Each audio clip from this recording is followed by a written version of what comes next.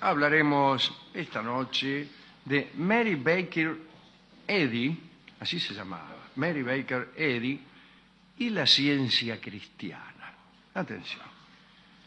Mary Baker vivió en los Estados Unidos durante buena parte del siglo XIX y fundó una secta famosa, dotada de liturgia, incluso de una promesa de salvación y amenizada por convenientes apariciones y visiones.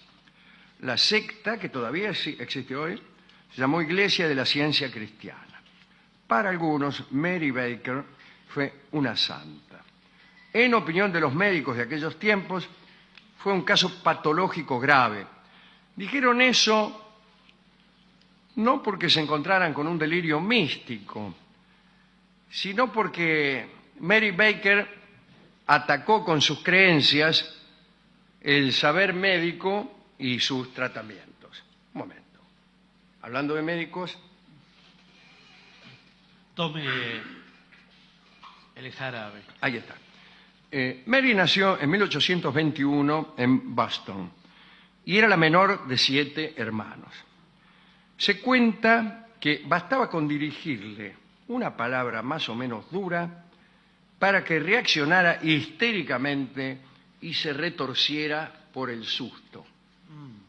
Bien.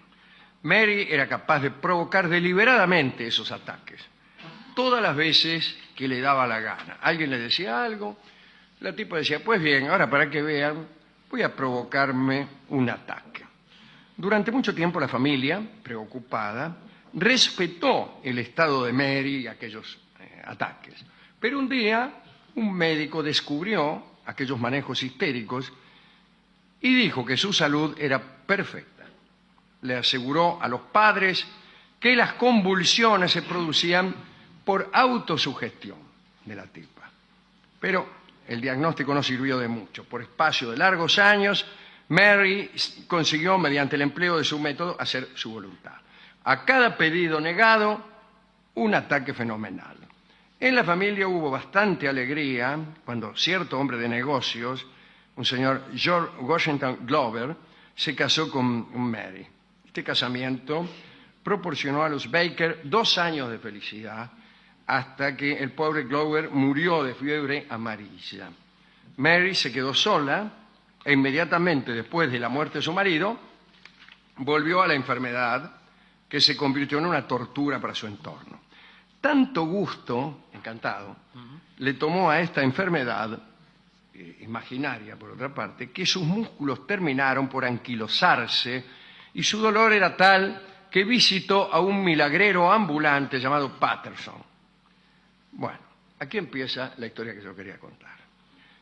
Empezaron los tratamientos de Patterson y Mary se enamoró de Patterson y se casó con él. Pero otra vez no tuvo suerte porque Patterson se incorporó al ejército ya durante la Guerra Civil Norteamericana y fue dado por muerto, puesto que nunca se supo más de él. Bien. Con gran entusiasmo, Mary se consagró de nuevo a sus convulsiones y sus familiares la llevaron hasta lo de otro médico milagrero. En realidad aquí es donde empieza. Este médico se llamaba Phineas Quimby. Parece ser que al consultorio iban los ciudadanos más ricos de los barrios más elegantes y dicen que la curó. Ahora bien, cuentan que Quimby había empezado a trabajar como relojero y un día presenció las demostraciones que ante el público hacía un mesmeriano. Mesmeriano refiriéndose a Anton Mesmer, aquel que curaba poniendo personas alrededor de un tacho en cuyo interior ponían un palito de fierro y se daban todos la mano y todo así. Bien. Había muchos mesmeristas en el siglo XIX, ¿no? Y Quimby abandonó sus relojes y empezó a desarrollar prácticas de curación que tenían que ver con la sugestión. Quimby tuvo que hacer mucho, o mejor dicho, no tuvo que hacer mucho ante Mary Baker, y bueno, se curó. Ahora bien, parece que allá por 1870, según dice nuestro cronista, que no es muy creyente en estas cosas, empezó el auge, él dice la estupidez, de la autoayuda y el voluntarismo clínico. Data de ese entonces, ¿no? Si quiero curarme, me curaré. La cuestión fue que Mary Baker quedó impresionada por su propia curación. Ahí dice, mira, este tipo me habló y me curé. Y después inventó una especie de ciencia de la sugestión y la vinculó al cristianismo. Y entonces, en vez de Quimby o de Mesmer, la sugestión debía ser bíblica.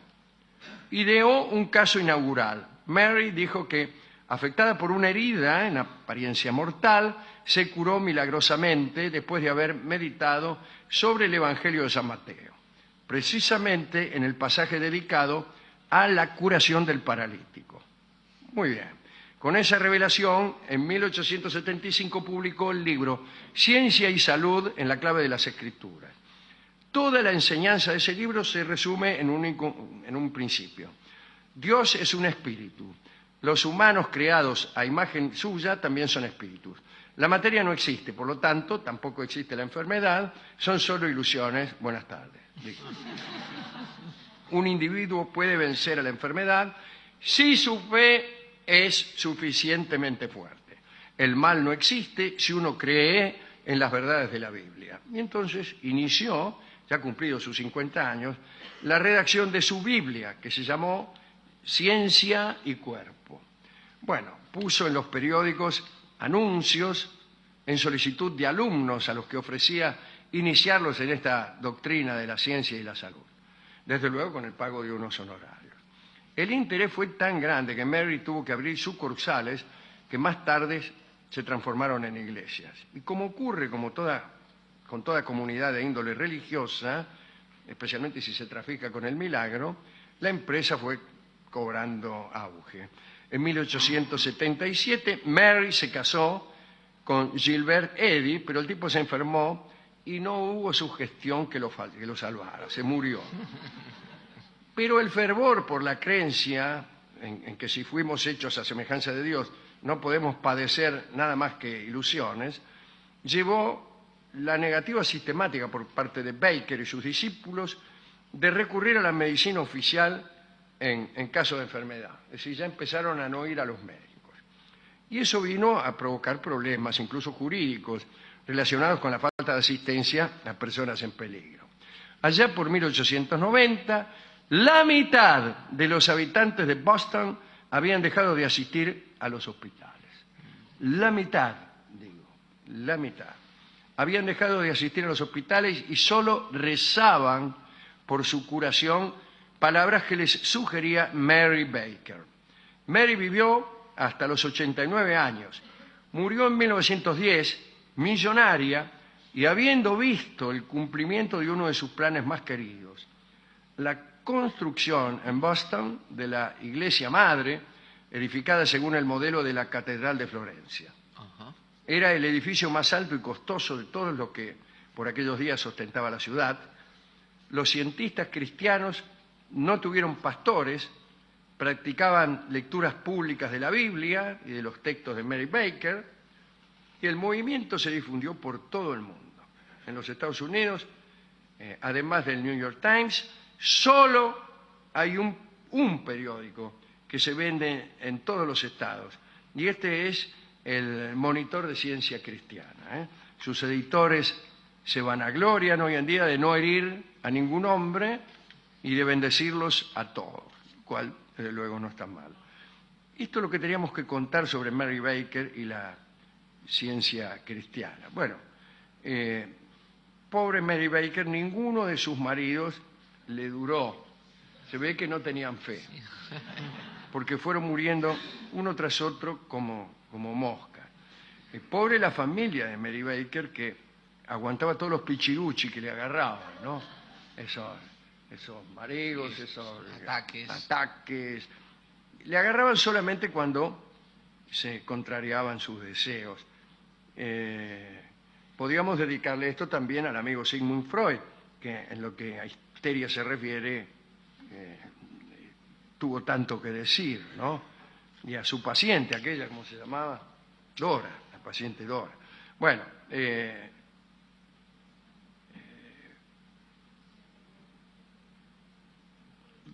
¿Usted cree que si uno desea algo lo suficiente, se cura? ¿O se le cumple? No me conteste ahora todavía. No me conteste ahora. Y los magos, que son seres muy astutos, trafican justamente con esta clase de creencias.